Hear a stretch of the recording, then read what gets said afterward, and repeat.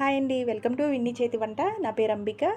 ఈరోజు వీడియోలో చికెన్ చుక్కకూరని కలిపి కూర చేసి చూపిస్తానండి. మీరు కూడా ఇంట్లో ఒకసారి తప్పకుండా ట్రై చేయండి. టేస్ట్ కూడా చాలా బాగుంటుంది.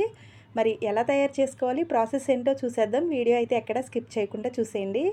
వీడియో ఫస్ట్ టైం చూస్తున్న వాళ్ళైతే మా విన్నీ చేతి వంట ఛానల్ని ప్లీజ్ సబ్స్క్రైబ్ చేసుకోండి. మరి ప్రాసెస్లోకి వెళ్ళిపోదాం రండి. ముందుగా నేను ఇక్కడ ఒక 4 కట్టల చుక్కకూరని తీసుకున్నానండి. ఈ చుక్కకూరని ఈ విధంగా ఆకుల్లాగా ఒలిచేసుకుని శుభ్రంగా నీళ్ళల్లో ఒక 2-3 సార్లు కడిగేసుకుని నీళ్ళు మొత్తం వాడ్చేసుకుని ఒక పక్కన పెట్టేసుకోండి. తర్వాత నేను ఇక్కడ ఒక అరకిలో చికెన్ని తీసుకున్నాను.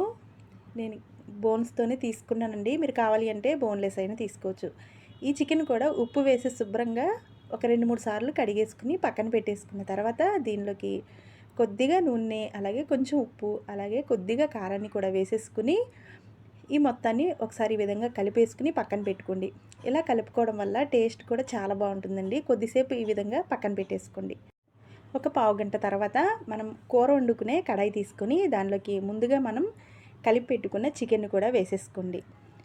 తర్వాత దీనిలోకి కట్ చేసి పెట్టుకున్న ఉల్లిపాయలని, అలాగే 4-5 పచ్చిమిరపకాయలని, ఒక్క టమాటాని ఈ విధంగా ముక్కలుగా చేసేసుకొని దీనిలో వేసేసుకోండి. వీటన్నిటిని ఒకసారి కలిపేసుకోండి. మీరు చేతితో కలుపుకున్న ఇంకా బాగా కలుస్తుందండి. ఇలా కలిపేసుకున్న తర్వాత దీనిలోకి 1 గ్లాసు వరకు నీళ్ళు పోసుకోండి. ఇలా నీళ్ళు పోసేసుకుని మరి ఒకసారి కలిపేసుకుని, నీళ్ళు మరీ ఎక్కువ పోసుకోకండి. ఒక చిన్న టీ గ్లాస్ అయితే సరిపోతుంది. నీళ్ళు మరీ ఎక్కువైనా టేస్ట్ అయితే అంతగా బాగోదు. ఇలా కలిపేసుకున్న తర్వాత ఇప్పుడు స్టవ్ వెలిగించుకుని ఫ్లేమ్ని హైలో పెట్టుకుని మూత పెట్టి ఒక 10 నిమిషాల పాటు ఉడకనివ్వండి. తర్వాత ఫ్లేమ్ తగ్గించి మీడియంలో పెట్టేసుకుని మధ్య మధ్యలో చూసుకుంటూ కూర అనేది ఈ విధంగా దగ్గరగా అయ్యే వరకు ఉడకనివ్వాలి. ఈ టైంలోనే మీకు ఉప్పు కారాలు సరిపోయింది లేనిది చూసుకుని ఈ టైంలో వేసేసుకోవచ్చు. ఇలా ఉడికిన తర్వాత దీనిలోకి మనం ముందుగా కడిగి పెట్టుకున్న చుక్కకూరను కూడా వేసేసుకోవాలి. చుక్కకూర చాలా త్వరగా మగ్గిపోతుందండి. అందుకని కూరని ముందుగా చక్కగా దగ్గర పడే వరకు ఉడకనివ్వాలి. చూసారు కదా, చుక్కకూర అనేది ఈ విధంగా చక్కగా ఉడికిపోయింది. మధ్య మధ్యలో చూసుకుంటూ ఉంటే అడుగు పట్టకుండా ఉంటుందండి.